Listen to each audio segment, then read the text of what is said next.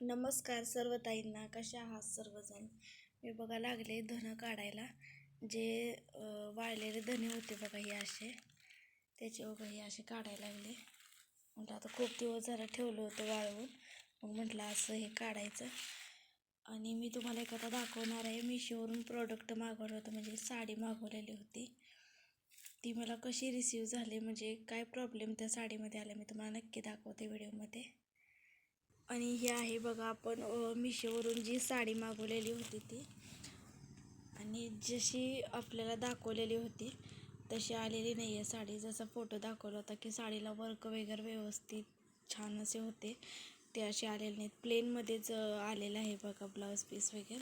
आणि साडी जर म्हणायला गेलं तर अगदी जीर्ण, आणि ब्लाऊज पण तसंच होतं. त्यामुळं जशी दावली तशी साडी मला मिळालेली नाही आहे. आणि ग्रीन कलर होता अगदी गडद, आणि इथं हा फेंट काळपट असा कलर दिलेला आहे बघा त्यांनी. मिशोवरून ह्याच्या आधी पण मी असे प्रोडक्ट वगैरे मागवलेले होते. एक मशीन मागवलेली होती, आणि एकदा अथर्वला मी कॅम्प्युटर मागवलेला होता. त्यावेळेला पण त्यांनी दाखवला मोठा आणि दिला अगदी छोटा कॅम्प्युटर. आणि मी जेव्हा मशीन मागवली होती त्यावेळेला त्यांनी अगदी तुटके फुटके जे हेडफोन्स असतात खराब झालेले तसे ते आले होते. आणि त्यावेळेला मला रिटर्न करायचं ऑप्शन माहिती नव्हतं, पण आता माहिती झालं आहे. त्यामुळे ही साडी मी रिटर्न करणार आहे, आणि आज ती रिटर्न होणार आहे बघा साडी.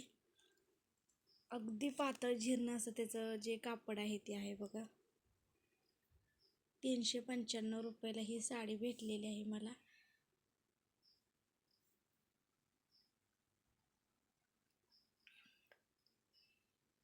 पण जशी हवी होती तशी आलेली नाही आहे. खूप वेळा असा अनुभव, एखाद्या वेळेला चांगलं जे कापड असतं ते येतात, तर एखाद्या वेळेला असे खराब येतात बघा. म्हणून तुम्हाला त्याचा जो रिव्ह्यू आहे ते मी दाखवते. कारण काल मी खोलून बघितलं होतं, आज पॅक केलं आहे. कारण कसं असतं, पॅक करून व्यवस्थित द्यावं लागतं. असा तुम्हाला कोणाला कधी मिशोवरून अनुभव आला असला तर नक्की कमेंटमध्ये सांगा.